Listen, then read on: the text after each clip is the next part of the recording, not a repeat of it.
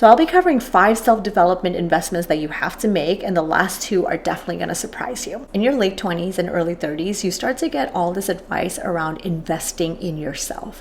And it's basically advice around how to set yourself up for the future so that you can live comfortably and be happy when you're older. And that's all great and nice, but most of this advice comes from a financial perspective. They're talking about how to invest your money, how to diversify your income, how to have passive income, how to ask for a raise, how to negotiate your salary, how to save your money, how to develop a relationship with your finances, which are all great and nice and important qualities and skill sets for you to develop, because we do live in a society where money runs some things. So it's nice for you to have that relationship. But most of this advice that you receive in your late 20s and 30s tends to be all about money and not about something that is way more important: your internal development, your self-development, and your personal happiness. And most of us, we kind of just put our happiness to the side. We think it's like a secondary thing, and happiness is this like concept because we don't really know how to define it. In different cultures and different philosophies, it's defined as contentment. It's not necessarily that you're like happy, but it's like you're not sad, like nothing's bad. You're kind of here in this middle. This is known as Zen, this is known as equilibrium, this is known as flow state, this is known as window of tolerance. This middle ground is essentially what we all crave to feel. And because we live in a society that puts a lot of pressure on becoming somebody or knowing what it is that you want to do or having some kind of purpose or having achievements, I'm not really sure that that'll ever go away. But if we can allow ourselves from a younger age to have the tools that kind of help us feel more at peace with these things, the better that you're going to be going forward. So instead of giving you advice on like, here's how to save money or here's how to make money, I'm sure that you can find many other resources for that. I wanted to share with you the best self-development tools that you must start to learn in your late 20s and definitely in your early 30s. And this is coming from my own personal experience of reflecting back and saying like, I wish I knew these things and I wish I had done these things.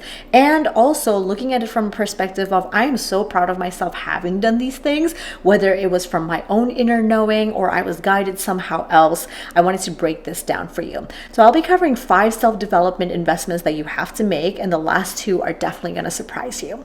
The first self-development investment in your 30s is to have a mentor.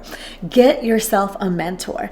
Now, investing in a mentor isn't always about paying somebody to help you or paying somebody to guide you. And there is absolute a difference between a mentor and somebody who's a coach. And here's the overarching difference. A coach is somebody who tells you how to get from point A to point B, and they can tell you the steps that if you do this, and this, you'll get from here to here. That's a coach. And a coach can serve a better purpose for you at a different place in your life, or you have a different thing that you're working on. Having a coach can be really awesome and amazing, but a mentor is somebody who supports in your overall evolution. There's not always this like end goal that you're trying to get to. There's not this like point B that you're trying to get to. A mentor is somebody who's asking you the questions, asking you the support, seeing you through time, watching your evolution, and really being able to support you from an internal level. Coaching tends to be a little external. Mentorship tends to be internal.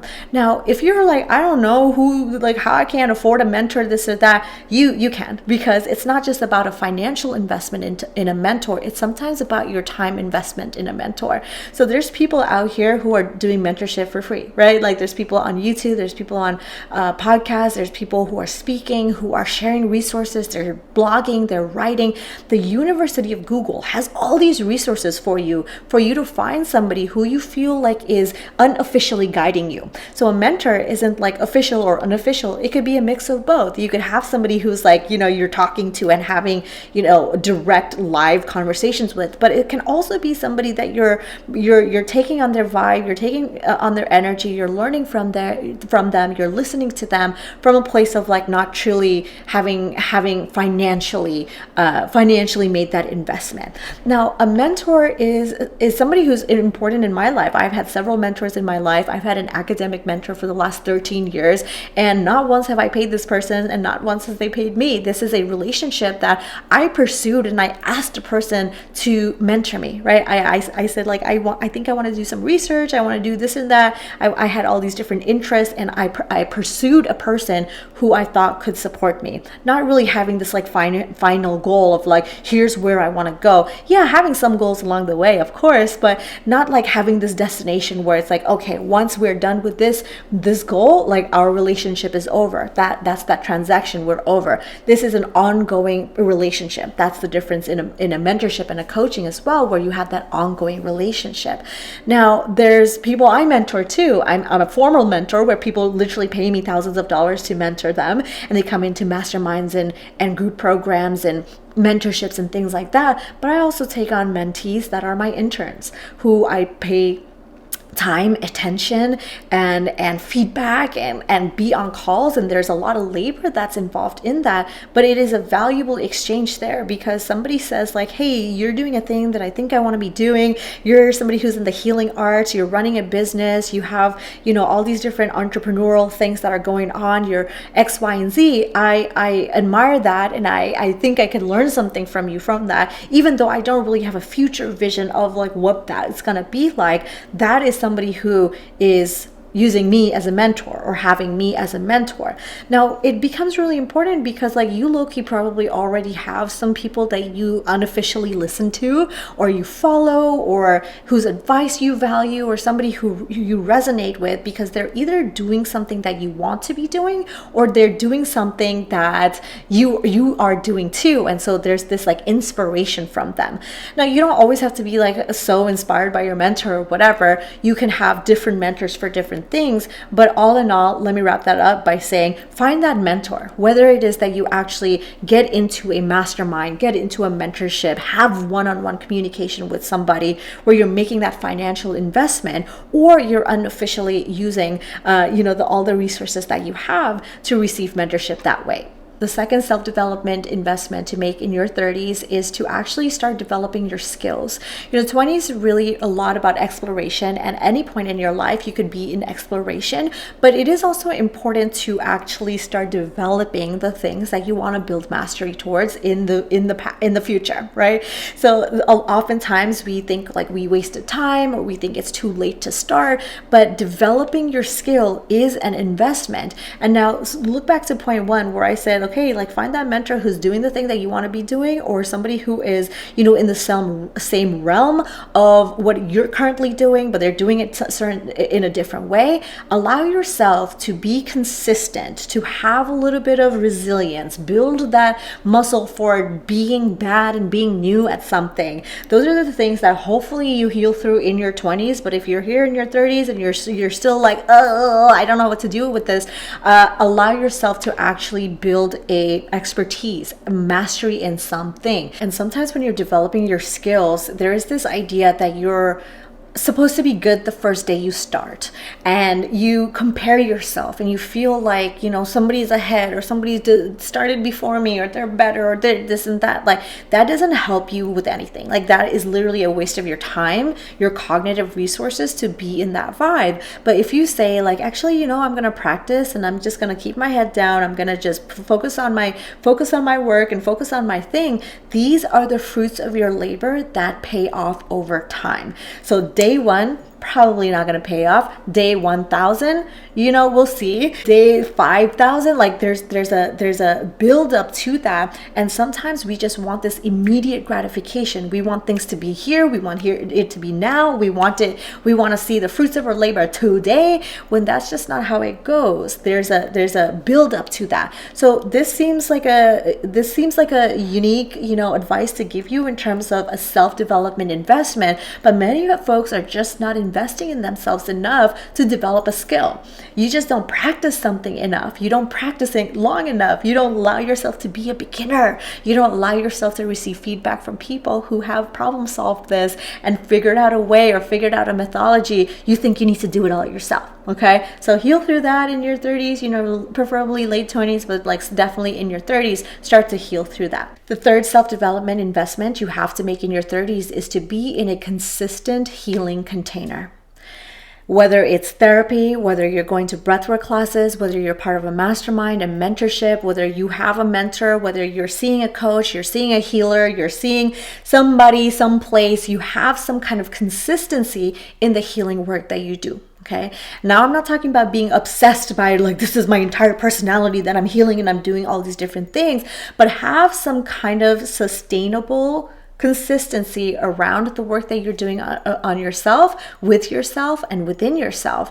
Because sometimes all the things that you've been deprogramming and looking at in your 20s and the awarenesses that have come through your Saturn return, your job, your career, like who am I, all these questions that you ask, these are still like baby emotions. Like these are still like very new to you. So you still need time for all those awarenesses to integrate. You need to practice those things. You have to let it settle. You have to molecularly and energetically embed it into your physical body. So allowing yourself to have some kind of space where you give those feelings and emotions a place to settle, for you to be vulnerable, for you to connect, for you to understand what is my vibe? Like what is this new version of me, this new chapter that I've just awakened for the last whatever 3+ years or however long you have been, right? Like letting that kind of sit into yourself, finding that consistent healing container. The fourth self-development investment you have to make in your 30s is to spend time learning about your cycles, especially if you're a woman. Learn about your menstruation, learn about your mood, learn about your energy, learn about your hunger, learn about your productivity, learn about your energy, learn about your emotions. These are not random things that are happening. These are things that are very specific to your emotional, mental, physical, energetic states that have everything to do with the ultradian, circadian, and infradian rhythms of your body and of nature. And that is a part of the conversation that is often ignored because we don't talk about natural rhythms. We have very specific cycles that are leading us to burnout, that are leading us to feel like we're lazy, that leading us to have routines that don't work for us and having morning rituals that are not necessarily conducive to your physical body's energies. We're forcing things rather than allowing them to flow. And it does take time to do this. It does take time for you to collect the data, to sync your cycles, to write it down, like when did this happen, there's a lot of tracking to be done, but trust me that in your late 20s and 30s, when your hormonal body has just like completely turned itself upside down, you're gonna want to start tracking these things earlier than later. Start tracking the moon. Are you impacted with that? Start tracking the seasons. Are you impacted with that? The answer is yes, but once you track it, you can actually have some data for yourself to say like, oh yeah, like every month, oh yeah, every year, like, oh yeah, every time. And especially as a woman, you have a 28-day rhythm versus male and biological male bodies have a 24-hour rhythm. So this is important for you to know that you might be functioning in a way that's not necessarily conducive to the way that your physical body actually works. So important. The last one that I'll leave you here with is to develop friendships. Heal your friendship wounds, heal your sisterhood wounds, heal your mother wounds so that you can actually have genuine friendships with people, especially in your late 20s and 30s when you start to kind of, be a little bit more independent. You have your social circle starts to change, your idea of who it is that you are starts to change. Start to build your social support, okay? Better late than never, but start now. So you're going to have to get over your introversion a little bit to, say hello to somebody once in a while. And your friends and your social interpersonal circles actually are better predictors of happiness, of longevity, of connectedness. So if you're ignoring all these different things, don't be surprised that later on in life, you just feel so isolated, you feel so lonely. And it doesn't mean like you need to all of a sudden become a different person in order to make friends, but start to be a little bit more open around there's other people who are also experiencing the same things as you, they have same interests as you, and it's okay for you to say hi. It's okay for you to invite someone over. It's okay for you to go over somebody's house to do that. If you are in your late 20s, early 30s, and you haven't started with developing yourself from the inside out, start with one of these. Pick one of these 5s and really lean into that and build your muscle going outward, okay? So let me know in the comments below, what are some other self-development tools that feel important for you outside of, yes, investing money, finances, and learning financial literacy? What is something that feels really valuable for you? And I'm going to leave you a video here about the worst advice that you might receive in your 20s. So watch that next. And remember, the world is your playground. And until next time, I will catch you soon.